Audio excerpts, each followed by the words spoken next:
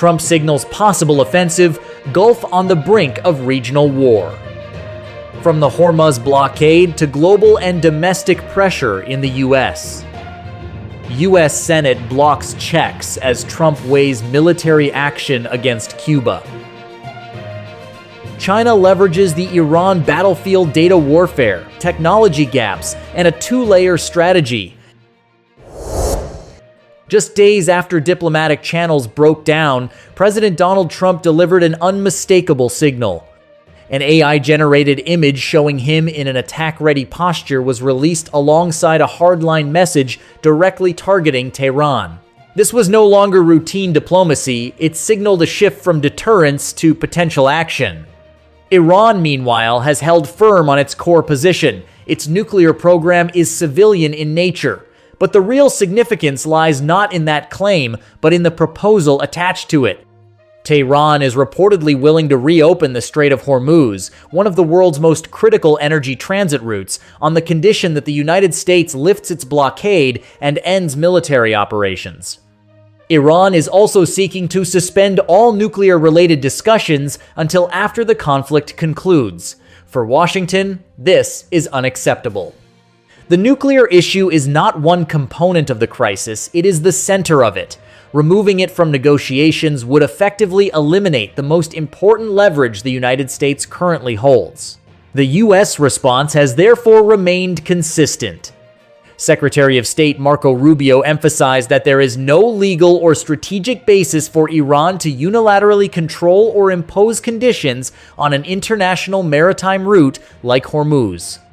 At the same time, the White House rejected any proposal resembling a strategic delay on the nuclear issue. The trajectory is clear. The space for compromise is shrinking. Both sides still talk about a deal, but their conditions suggest something else. A different scenario, one in which diplomacy is no longer the primary instrument, but rather a supporting element within a broader pressure strategy. The confrontation is moving beyond the negotiating table. What happens next is unlikely to be decided in conference rooms, but along the world's most critical energy corridors.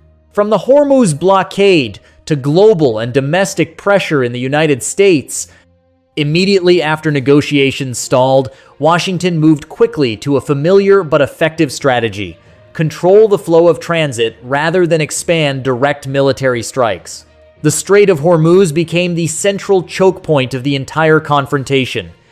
The United States has maintained a maritime blockade on Iran, tightening port access and controlling inbound and outbound shipping. According to data from United States Central Command, more than 20 vessels have been stranded at an Iranian port near the Gulf of Oman, indicating that this level of control is not symbolic, it is directly impacting real-world trade.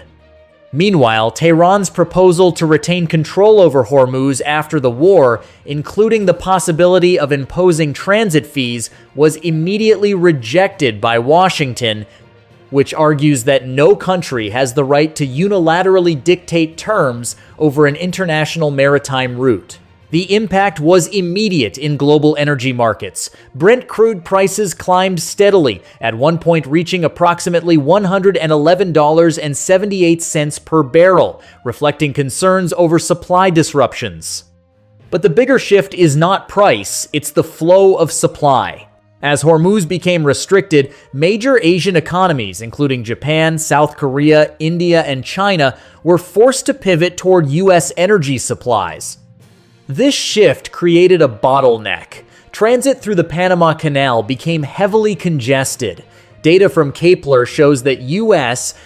crude shipments to Asia via this route exceeded 200,000 barrels per day in April, approaching the highest levels since mid-2022.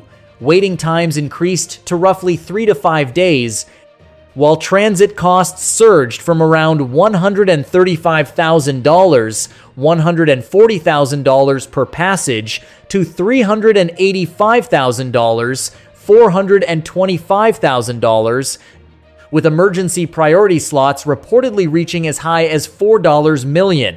Strategically, this is only a temporary workaround. The Panama Canal can handle roughly 1 to 2 million barrels per day, while Hormuz alone carried approximately 20 million barrels per day before the crisis. In other words, global energy flows can be rerouted, but this choke point cannot be fully replaced. As pressure builds across global markets, another front is emerging within the United States itself. According to a senior Pentagon official, the cost of the Iran campaign has reached approximately $25 billion, the first officially disclosed figure. Casualties are also mounting. 13 service members killed and hundreds wounded. Rising energy prices are driving up the cost of living, adding further strain just months ahead of the midterm elections. This turns the conflict from a foreign policy issue into a domestic political one. Democrats are leveraging cost pressures to challenge the administration, while the Trump administration continues to maintain a hardline stance. Defense Secretary Pete Hegseth reaffirmed that the objective remains unchanged. Iran will never be allowed to acquire nuclear weapons, and the United States is prepared to sustain the campaign to ensure that outcome. The picture is becoming clearer. This is no longer a short-term operation. It is evolving into a prolonged confrontation, where military, economic, and energy levers are deployed in parallel. Within that structure, Hormuz is no longer just a transit route. It is the center of the entire strategic contest. U.S. Senate blocks checks as Trump weighs military action against Cuba. In Washington, a notable development is underscoring deep divisions within the U.S. political system over the use of force. Democratic senators attempted to force a Senate vote on a resolution aimed at preventing President Donald Trump from unilaterally launching military action against Cuba without congressional approval. The move comes as Trump has repeatedly issued hardline statements, at times openly signaling the possibility of military options against the island. However, the effort was blocked at the procedural stage by Republicans. Their argument was that the United States is not currently engaged in direct military operations against Cuba, making war powers restrictions unnecessary. Senator Rick Scott emphasized that the proposal lacks practical basis. The resolution, introduced in March by Senator Tim Kaine, would require the president to obtain congressional authorization before deploying military force. It is part of a broader Democratic effort to limit Trump's war-making authority, particularly following unilateral military actions linked to Venezuela and Iran. Similar efforts in the past have failed, largely due to Republican opposition, which supports maintaining broad executive powers under the president's role as commander-in-chief. Speaking on the Senate floor, Kaine argued that Cuba does not pose an immediate national security threat to the United States. He also noted that measures such as energy blockades or fuel supply disruptions could be interpreted as hostile acts, potentially even acts of war, if viewed in reverse.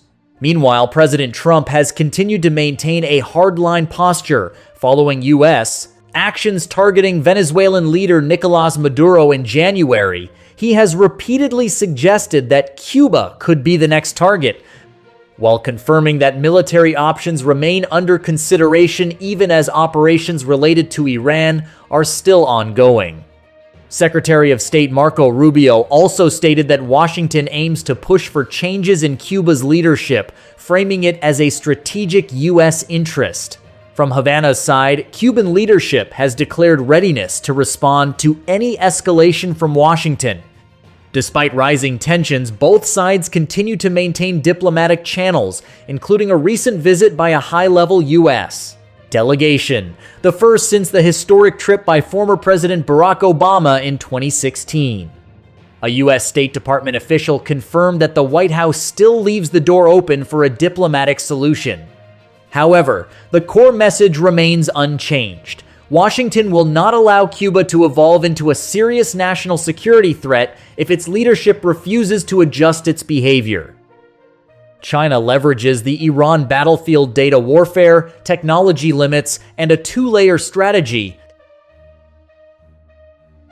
As the conflict in the Middle East escalates, a less visible but strategically valuable dimension has quickly emerged: real combat data from modern weapon systems. According to multiple sources, Chinese military analysts are closely examining the performance of US and Israeli weapons used in airstrikes against Iran. The focus is not on strike outcomes alone, but on how these systems operate under real combat conditions. Priority data includes flight trajectories, strike accuracy, guidance performance, and the internal structure of unexploded ordnance. These data points are highly valuable because they reflect actual operational capability rather than theoretical specifications or controlled testing results. Unexploded bombs and missiles, in particular, are considered critical sources of insight. When a relatively intact device is recovered, experts can analyze material composition, detonation mechanisms, guidance systems, and overall design architecture. This allows for a far more precise assessment of combat effectiveness, as well as strengths and vulnerabilities. Some sources indicate that following US-Israel coalition strikes, data related to flight paths, hit rates, and failure to detonate causes has been prioritized for analysis. These metrics could significantly improve the accuracy and reliability of future weapons systems. Chinese military analysts also acknowledge that US weapons continue to hold a clear advantage in precision guidance systems. This is precisely why access to real-world operational data is viewed as a rare opportunity to benchmark and refine domestic development programs. In practice, the Iran battlefield is providing technical data that would be nearly impossible to obtain under normal conditions, where every trajectory, every deviation, and every unexploded device becomes a potential input for future weapons development. The technology gap, Beijing's real limit.